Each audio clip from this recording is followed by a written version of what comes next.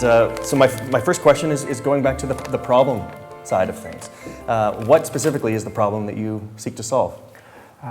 So first of all, thank you very much for coming and for having me here. It's definitely a pleasure to be here, and I really appreciate it.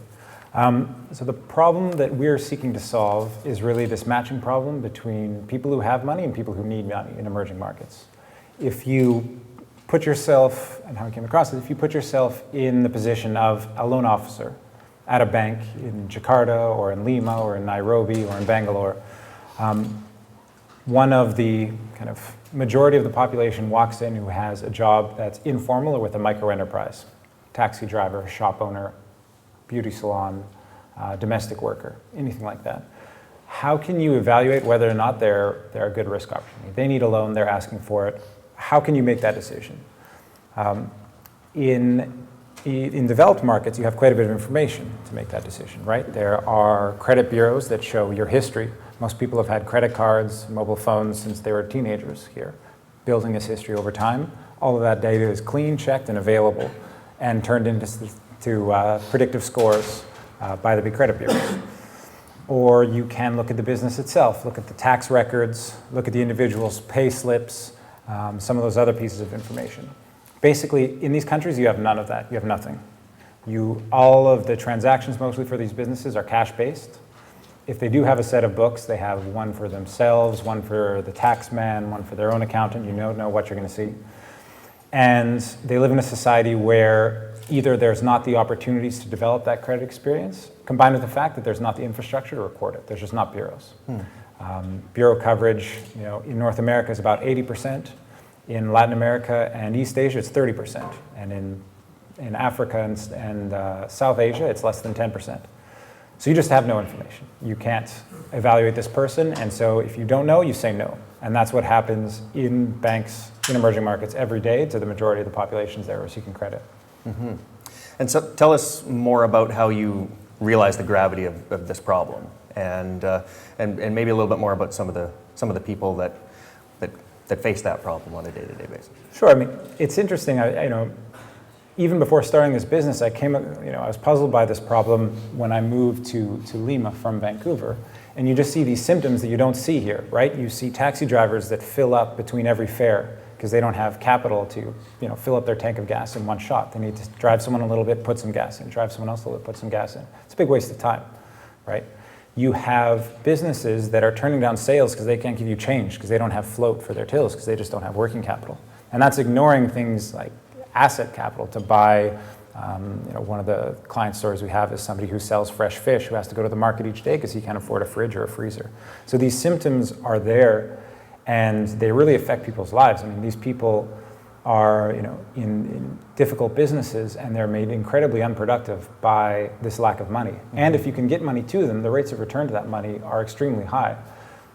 One of the other drivers to start this business was emerging research where some economists went out and they actually just gave cash randomly to people, to small business owners. In this case, it was in Sri Lanka.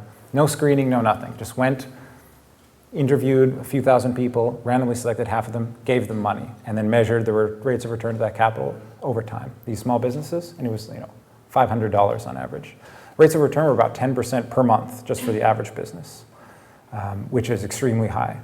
And banks would very much love to get half of that return to capital on loans in these countries. And the banks are fairly well capitalized, but this match doesn't happen. And a large number of people, very high productivity cost. It's in the trillions of dollars per year that's lost. It's amazing. And so tell us more about your solution and how you approach this in a different way than anybody else. So our solution is to, when data is not available, to create new information that people can provide to indicate their credit risk. And we can talk a little bit later about how we kind of came about into this particular problem. But while we were looking for solutions, we basically reviewed all the academic literature out there and just looking for ideas. And we thought of some crazy stuff like using lie detectors, taking saliva swabs for both kind of DNA tests and testing people's stressors, all kinds of crazy stuff, voice analysis, everything. Because, this problem's been around for a long time. There's a lot of money lost because of it, so it's not that people haven't been looking before. So we'd try anything. But what we found was we had kind of your typical entrepreneurial moment of insight. Typical for entrepreneurs, it was happening actually over some beers in Cambridge on American Thanksgiving, because we all know that's not a real Thanksgiving, so it was just at the pub. Right. And came across these papers that look at entrepreneurs in emerging markets and study how entrepreneurs are different from managers. And so they study those differences with psychometric tests, because people think, well, maybe entrepreneurs are more risk-seeking or less risk-seeking or more ambitious than managers. And so they give these tests of personality and ability to see whether or not that's true. And there's now 40 years of research using those tools to evaluate these differences. And then once we looked at it a little more, we also found this big industry out there for a related problem, and that's in pre-employment screening, where if you are, say you're Walmart, and you have to hire a large number of entry-level people, you can't spend a lot of time interviewing them, there's not a lot of information available. You have to be careful what questions you ask, because they're going to try to answer them in the way you want. This industry, IO psychologists developed this industry making these psychometric tests for hiring decisions. And they actually work very well. The studies show they are more predictive than interviews, background checks, any other selection tool. So this solution exists for the similar problem out there. And we have this academic literature that shows for entrepreneurs in particular what dimensions are more important. So although it sounds like something weird, it was basically taking a few things that already existed and just kind of combining them in a different way. Mm-hmm. Well, I mean, when you frame it next to saliva test, it doesn't sound very weird at all. Very, yeah. So it's so well done on that.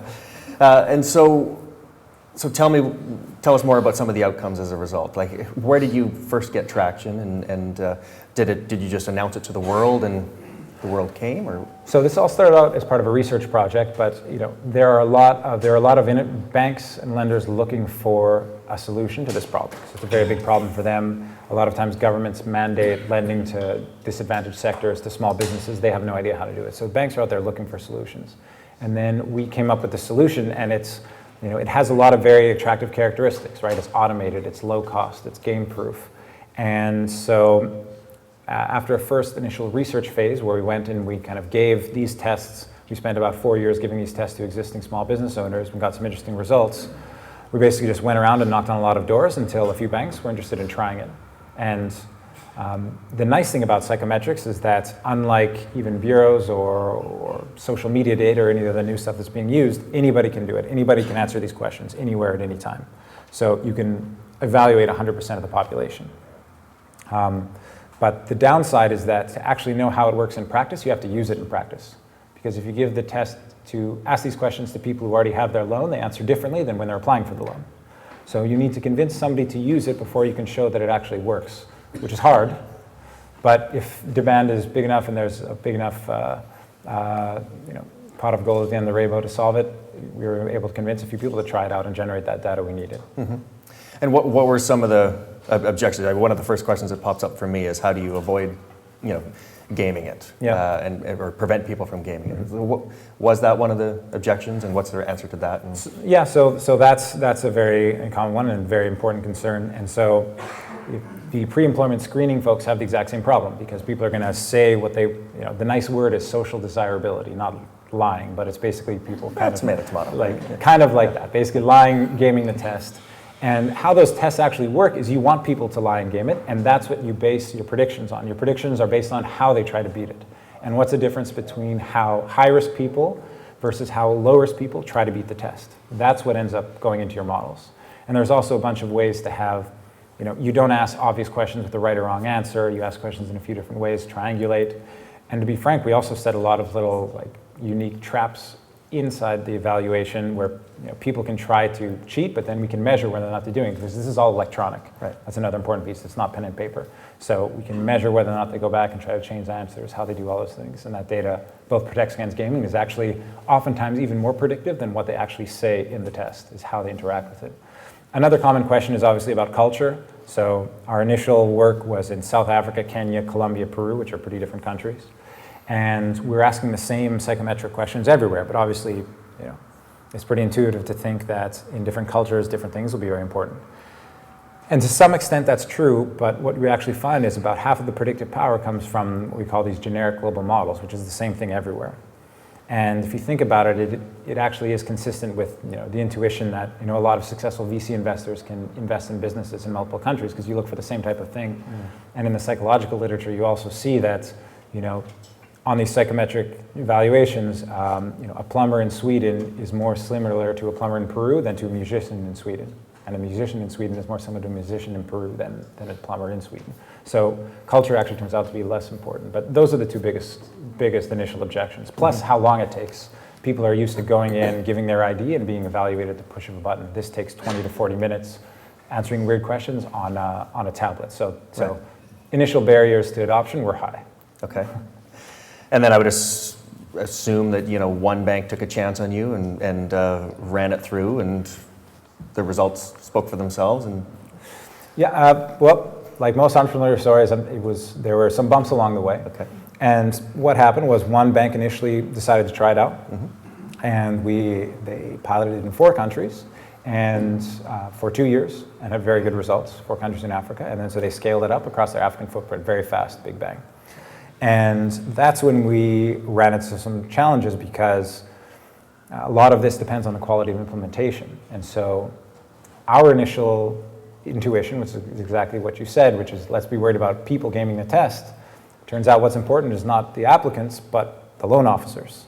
And so in some countries, and we weren't able to go to the branches to verify this, but in a lot of countries, the loan officers themselves, much as you had during the mortgage crisis in the States, were filling out the application themselves. They were getting their friends to come in, getting their documents, even coming in with fake documents, answering the questions. And until that happens, we don't have the data to generate these kind of what we call integrity flags, or basically all the algorithms to detect. To be able to detect fraud, you need to have fraud to know what to look for. And so that was great for us for a data set, but for the bank, that, along with some other problems with the product, led for them to actually cancel the use of it entirely. Oh, wow. Okay. Well, and I'd like to come back a little bit later in the conversation and talk more about the entrepreneurial experience of all of this. But maybe just before we get into more of a personal story about your trajectory from starting in Kelowna and coming through SFU to where you've gotten today, I think statistics are sometimes very useful, and numbers I think are really important. And I'm absolutely blown away by the impact that you've had so far. So how much business have you done? So we're now at about just under 400,000 assessments and $500 million lent out against the tool. And that's, the numbers differ, but it's about 75 to 80% of those loans would have not been made if it weren't for having this score. That's amazing. That's an average loan size of about $4,000. So in these countries, it's kind of mass market, bottom of the pyramid. So it's been there's been now a lot of capital gone against it, which is very kind of gratifying for us. Right, and what an amazing story for SFU to be a part of. The impact of all of those people and all of that additional capital going into amazing entrepreneurs that are previously unbankable. So thank you and congratulations. And so tell us more about that backstory. So you grew up in Kelowna. And then you came and you spent from 1997 to 2002 in your BCom here. Yep, I was 5 years. I did concentrations in MIS and MS, and then a co-op, and also a semester abroad in Europe. Okay. And so just give us the broad stroke of everything from SFU to where you are today. Sure. So I started off initially kind of coming into SFU and I had my head down, and I applied to SFU because it was one of the harder business schools to get into around, and then I said, okay, now I have to do the next hardest thing, and what's at least seen to be the hardest thing, which at that point was finance. And so I started off with the intention of a finance concentration, but then through a few professors that were pivotal in my time there, Andrew Gemino in particular, and also taking the economic development seminar course as part of the econ minor here really just caused me to change that path. And so I guess probably like most of you in this room, you come in expecting to do one thing, and then over those interesting years, kind of that path changes a little bit. And so I started to change focus, and then I was a finalist for the Rhodes Scholarship, and so I had to write this essay about what I would do if I could study anything for a year. And you start off answering those things much like a psychometric test, right? It's social desirability. What do you want to hear? So, yeah. So it's not talking about finance and some of those other things I had in mind, but I sat back and thought, well, if I could really study anything, I'm really interested in international development. And I'm interested in public policy, and I'm interested in particular kind of private sector development in emerging countries and how you can accelerate that process. And so I ended up not getting the roads, but I had basically ended up mapping out this roadmap and realized, well, this is actually what I want to do. And this, was the forcing mechanism to write this out, but that's what I should do. So I ended up doing a 1-year internship in Peru through the Youth International Internship Program through the Canadian government at the Banking Association. And I did that with the eye of kind of improving my application to get into this MPAID program at Harvard, which is a kind of economics intensive master's program. And then while I was there, I enjoyed it and was on to a very interesting line of research completely separate from EFL on export diversification, and ended up staying on for 2 years for a PhD in that.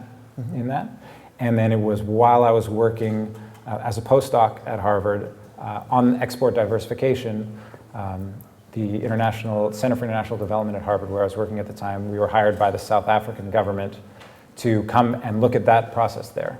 And so it was in that project in South Africa, on kind of the cusp of continuing on to a career at the World Bank working on export diversification, that I said, well, this is my last chance to try something different.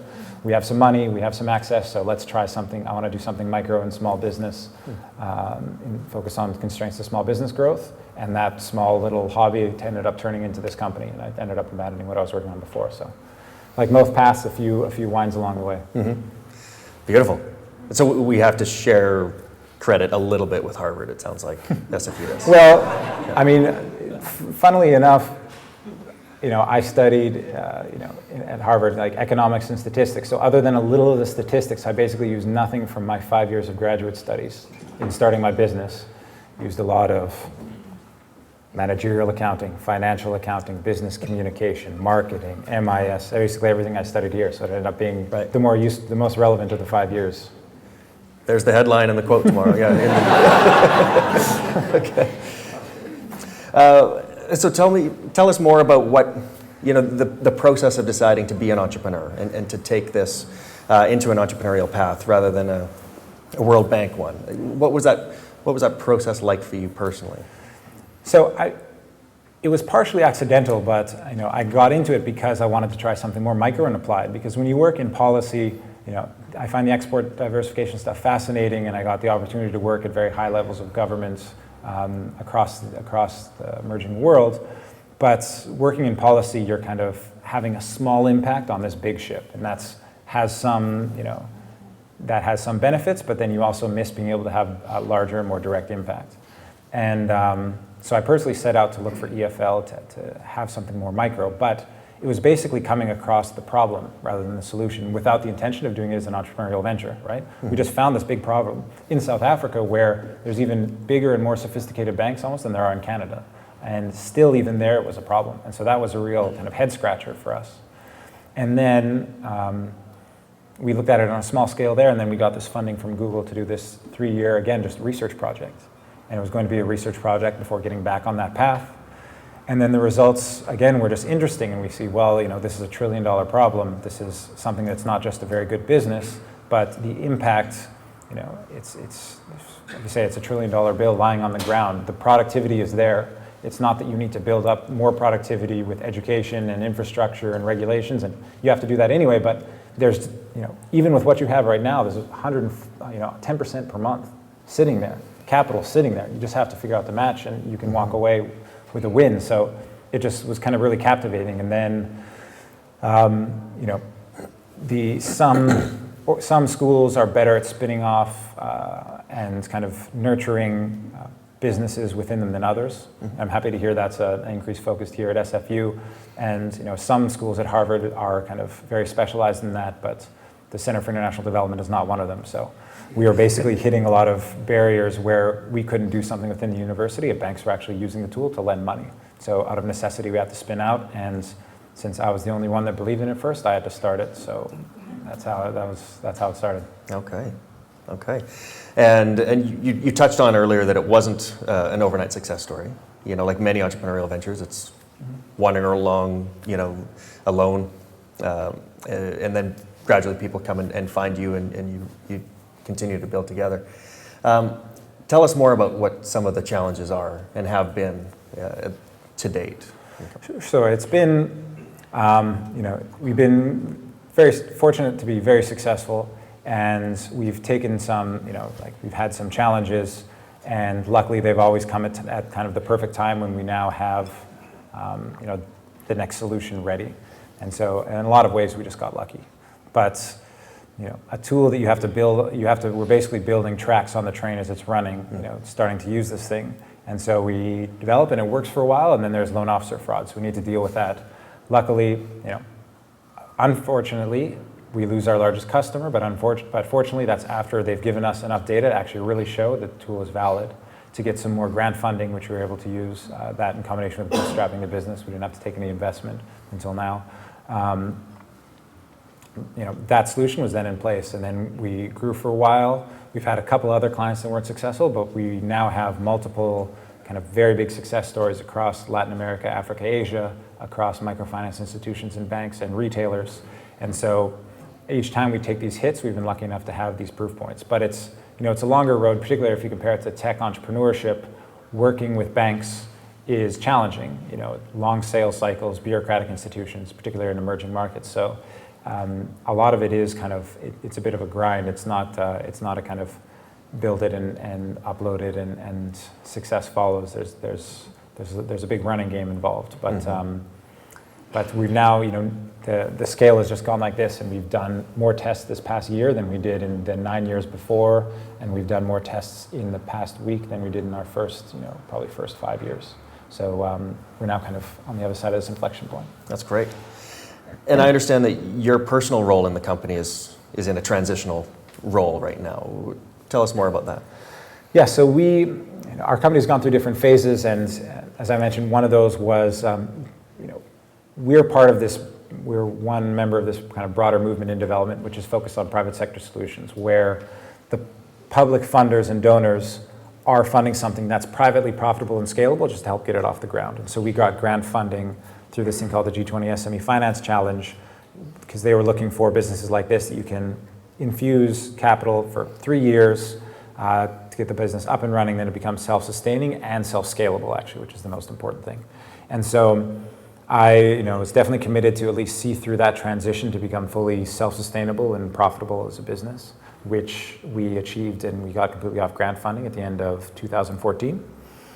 And then at that point, when you start off, like I said, kind of, any of you who are out there who are entrepreneurs kind of know this, you do everything, right? And so you have to be the jack of all trades, and I did everything from took out the garbage to did the tax records to did the marketing to the programming, everything.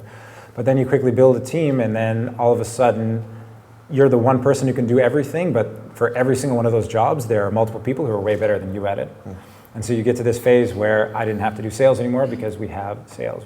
And I wasn't having to do the programming anymore because we have specialists in that and statistics. And also some people who had more experience in management from Harvard Business School and some other places on our team. And at that same time, this opportunity came up with the Peruvian government. And so I decided to transition to the role of executive chairman, work on strategy and management, and then spend another half of my time doing this work, and then let this kind of next cadre is now much more competent than myself take over. It's in my best interest as a shareholder, so that's how you have to think first. Enlightened self-interest. Yeah, and so you promoted from within into your previous seat? Yes, yeah. We had a manager for Latin America who was taken over CEO. Right. And now, I mean, one thing that struck me about the story, I mean, I've been lucky enough to have the experience of driving a very quickly growing organization, but not one that has quickly grown across 3 or 4 different continents once. So tell us more about what that's like, and just in terms of maintaining that vision and the focus and the core principles and culture, if you will. Yeah, so that's tough because we have offices in 5 countries and we have clients in 26 countries, all emerging markets. So that's very spread out. Right. And believe it or not, that's after a bit of a restructuring where we honed in and closed some offices and decided to not have active sales in some countries so that we could focus in.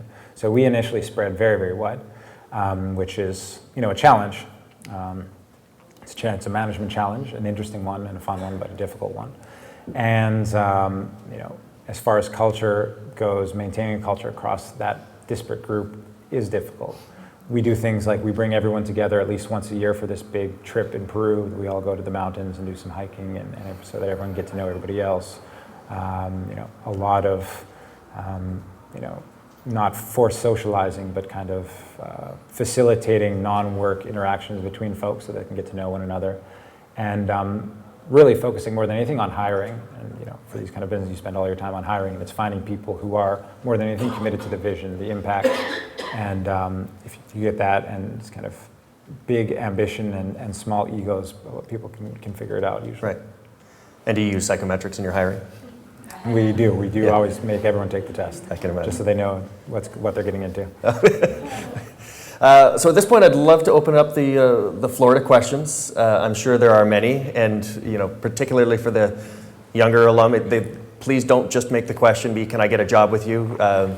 Something that opens up a broader discussion. Just had a quick question based on the last comment. If you did a psychometric on a potential employee and he showed up as an entrepreneur, but you really wanted a manager, would you hire him?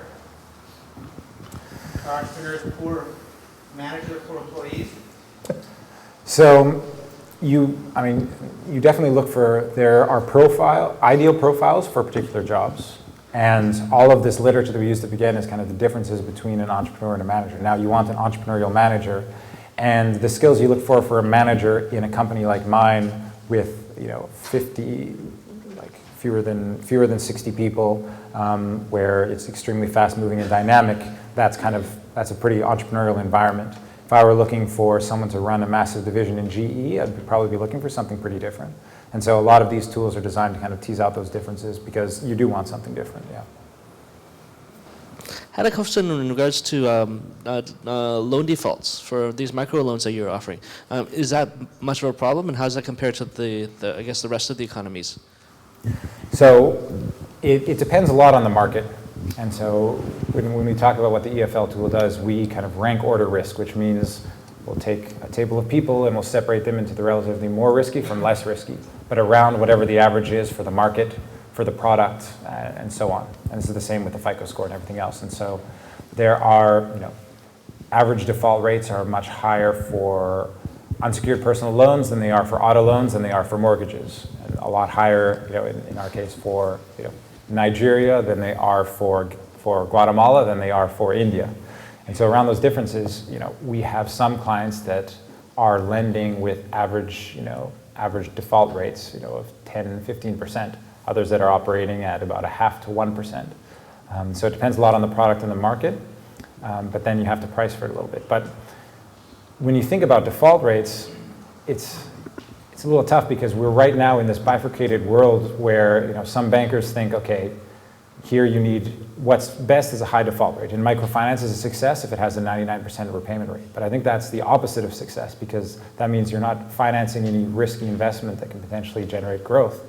Venture capital is the ultimate kind of high default loan product where you have a 95% default rate, but the successes compensate for the failures. And so there's a whole spectrum between that and kind of traditional business lending where if it's actual productive finance for the people and it's well informed and the successes can compensate for the failures, it's still quite profitable and it can be profitable. Firstly, I guess I'm wondering about your sort of how you identify with relation to the wide microfinance industry.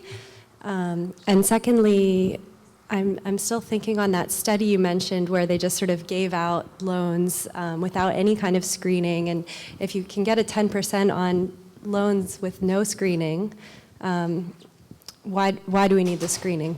Mm-hmm. That's a good question. And there are some. Let me take the second one first. I mean, there are two components to risk in credit: ability and willingness to repay. So the ability is, can you earn a rate of return on this higher than the interest rate, so I can generate the cash to repay you? The second is, given that, will I? And that is the bigger part of the puzzle that we're solving, because you could, this is the company's internal rate of return, but the average defaults would still be quite high because people just choose not to repay, particularly if there's not a lot of incentives to repay.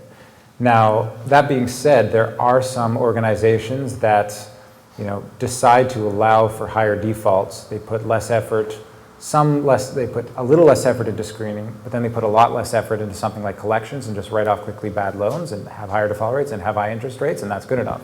And there's actually something to that business model, I think. And people see that there's this kind of pure need to punish defaulters, but if you actually kind of look at it in business terms, there's kind of a case to allow for default and just write it off and price it in. But the willingness to repay is where a lot of the challenge is. In terms of microfinance, so we're split up almost a third, our clients in terms of traditional banks, retailers, and microfinance institutions. Microfinance is a little less because up until now, most of our content is text-based, so that requires 4th grade literacy, which is a challenge in some countries. And so we've now developed, in partnership with USAID, pictorial content that's going to be implemented for illiterate populations, and hopefully that can help us move down. But in general, the microfinance model is interesting because what they've done is, banks that work in this market, they usually have high bad rates and higher interest rates. It's a little like payday lending, and they compensate. Microfinance, they have very high repayment rates. But how they get that is by tons of effort on screening and on collections. That's all human-based.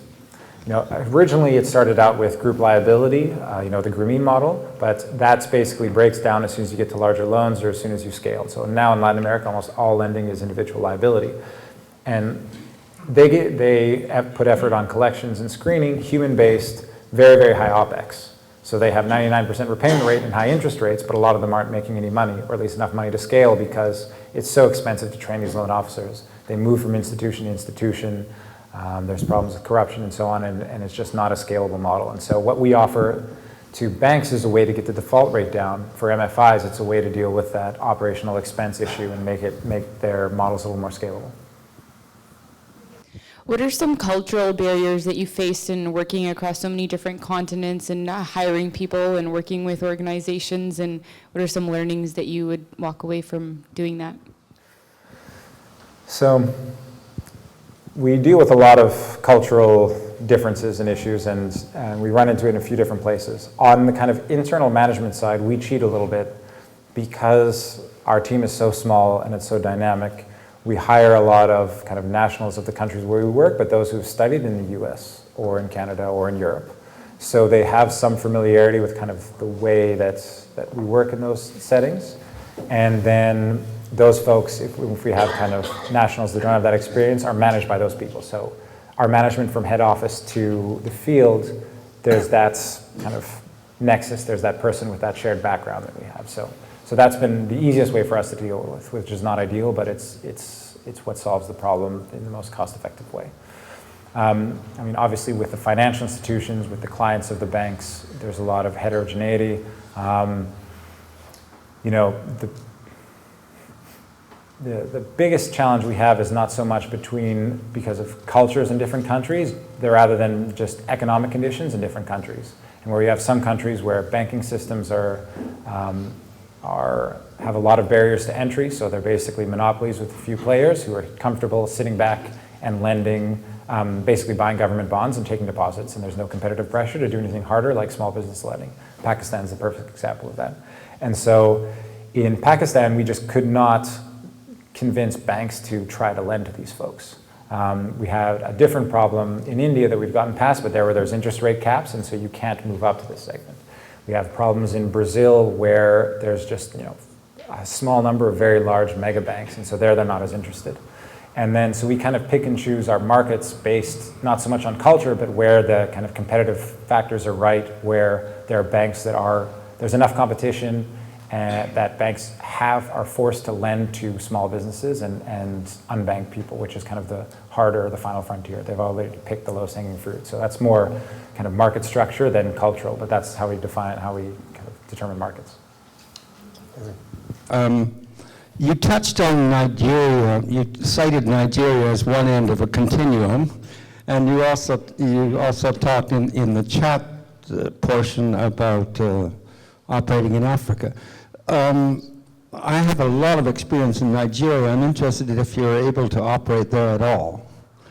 That's question one. Question two is, are you doing any loan administration yourselves, or do you give it all to banks? So on Nigeria, we don't presently work in Nigeria. We worked there with one institution and didn't have a great experience, and we're no longer working in Nigeria. And that's a tricky market. It was amazing. I mean, we kind of monitor, we have a lot of alerts set up with Google, and we could very quickly find people talking in chat rooms about how to beat the test and all these kind of things very fast. Fascinating country, fascinating economy, but we had some challenges with the one institution, which was that first one I mentioned. And then since then, we've concentrated our sales focus in East Africa, where we've had a lot more success. So in Kenya, Tanzania, Uganda, and then in Southern Africa, Zim in particular, in South Africa. So right now, that's where we focus in Africa. On the second question, so our initial model is just to sell the score to banks. Banks hire us, we provide the front-end platform, answers come to us, we score, give it to the banks. The bank then sets their cutoff, they decide who to lend to, they manage the loan and everything. So we've just been an external provider. Now, what we found is that there, I mentioned sales cycles before, that's tough for a small business. We're then at the mercy of the bank's desire to lend to these people.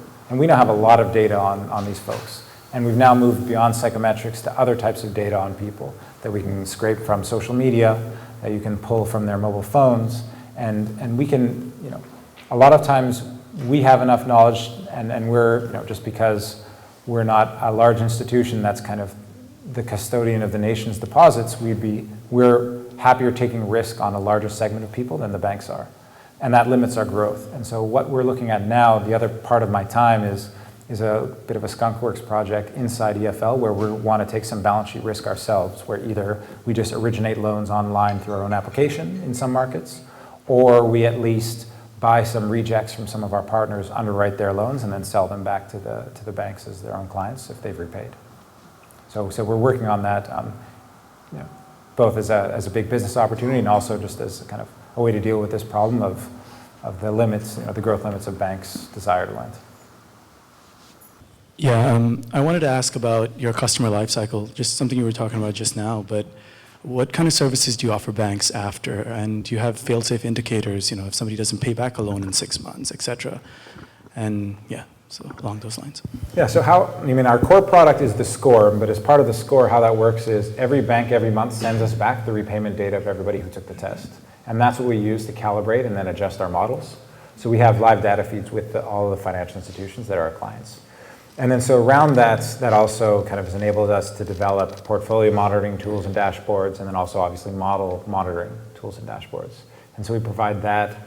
And what we found is that, and this is kind of a pretty interesting just general challenge of entrepreneurship, is being opportunistic versus strategic. A lot of times we have clients who ask us for other things because we're in there now, we're trusted, and so ask us, can you build out my full loan origination system? Can you score my loan officers and test them so I can decide who to hire? And ask us for a bunch of other stuff. And it's always a challenge to figure out which opportunities, you want to be agile and adapt to the new environment and take advantage of the opportunities. But the opposite of that is you need to have a plan and a strategy and stick to that and not get distracted by other things. And it's hard to walk that line. And initially we were too opportunistic, and we built a bunch of stuff that was custom that we ended up not using.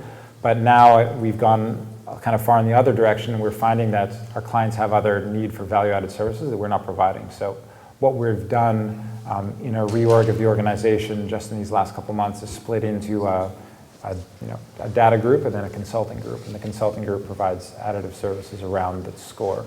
And that's to take advantage of those opportunities but then not also try to force all clients to be in those higher ticket contracts. I was wondering, so since your product does really so much good for so many people, I'm wondering how you balance your fiduciary duty to your shareholders while also kind of considering the altruistic benefits for open sourcing or giving your product away.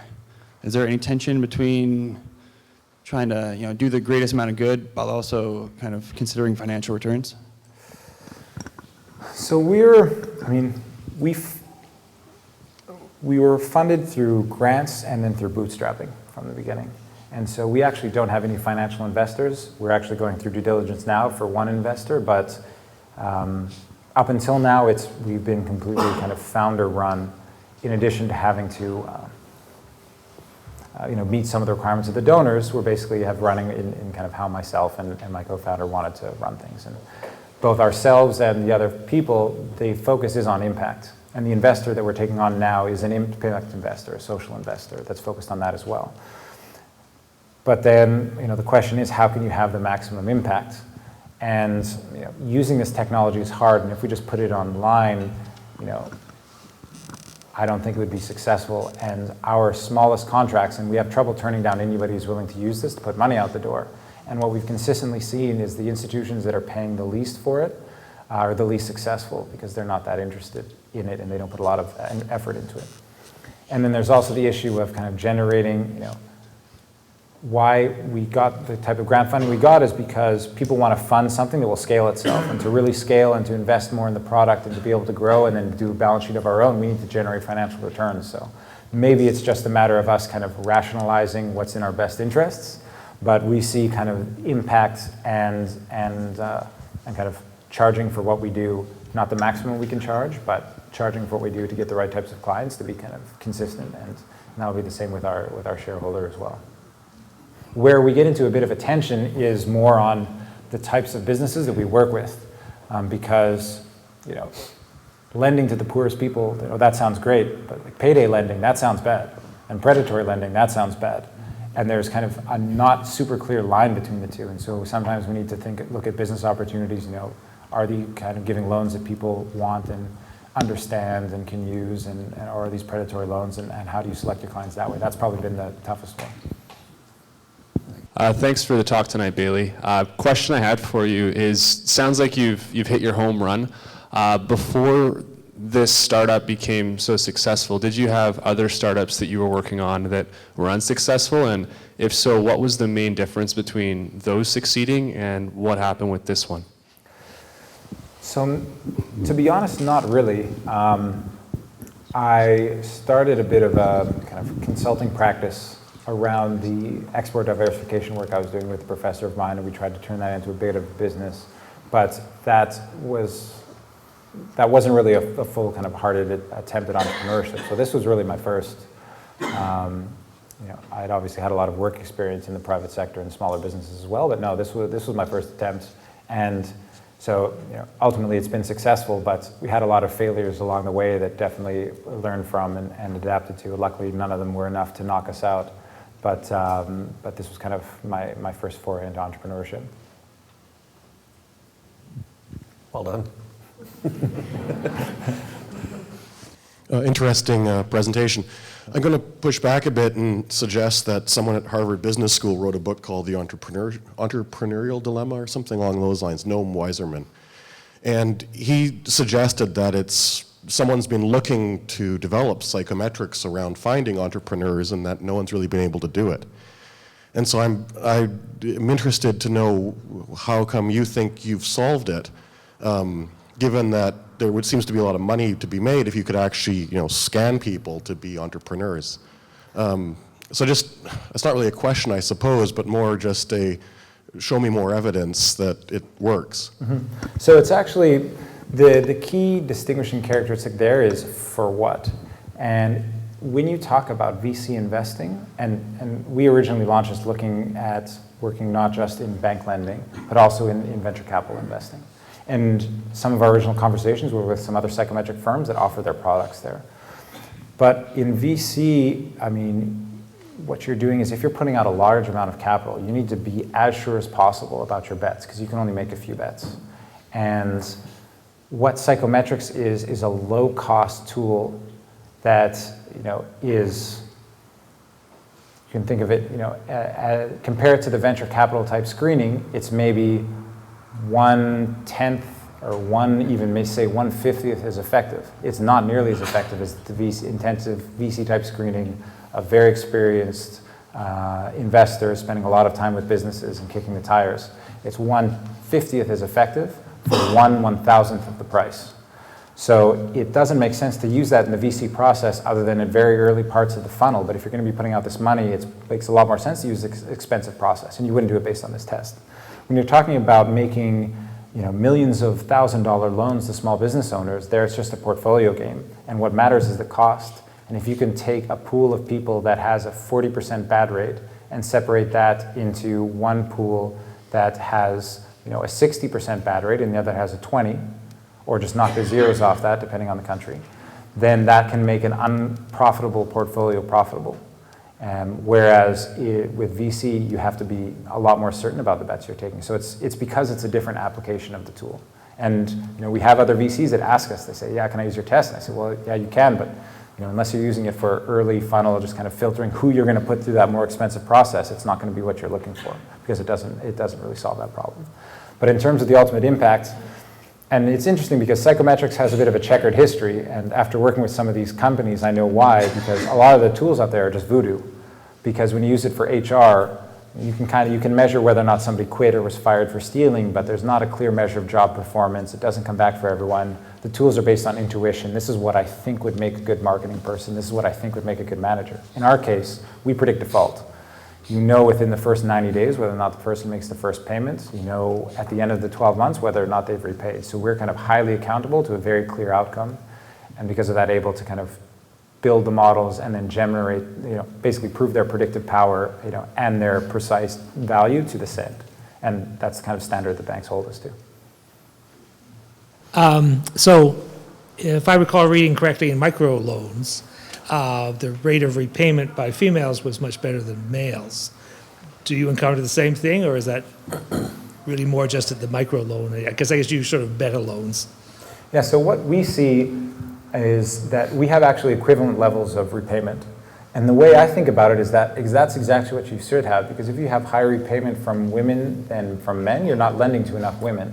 That means if you kind of sort everyone based on quality, your cutoff is too high for women, and you're only lending to the least risk. And so we kind of see that as a measure of success for our tool, that we see it's not 50-50, but the percentage of applicants is exactly reflected in the percentage of approvals. And we see that there's the same default rates across both men and women.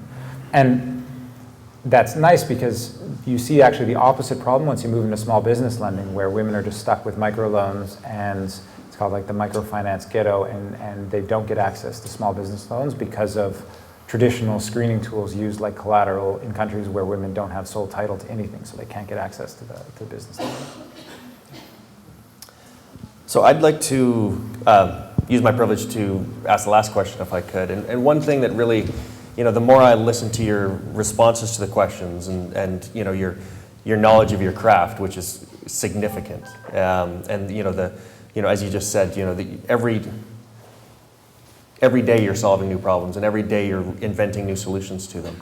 There's so much opportunity, and there's so much potential. And the stat that I found was that you had already moved a third of $1 billion worth of loans to previously unbankable people, or previously unbanked, I should say, people, and now that's already well out of date. It's over $500 million now, and there's so much to do, and you're so smart and connected, and obviously like sort of a great ambassador to SFU and that other place. You've also got 2 kids at home, and you have this global organization. How do you manage the relationship between the personal and the legacy that you want to leave for your kids and every day?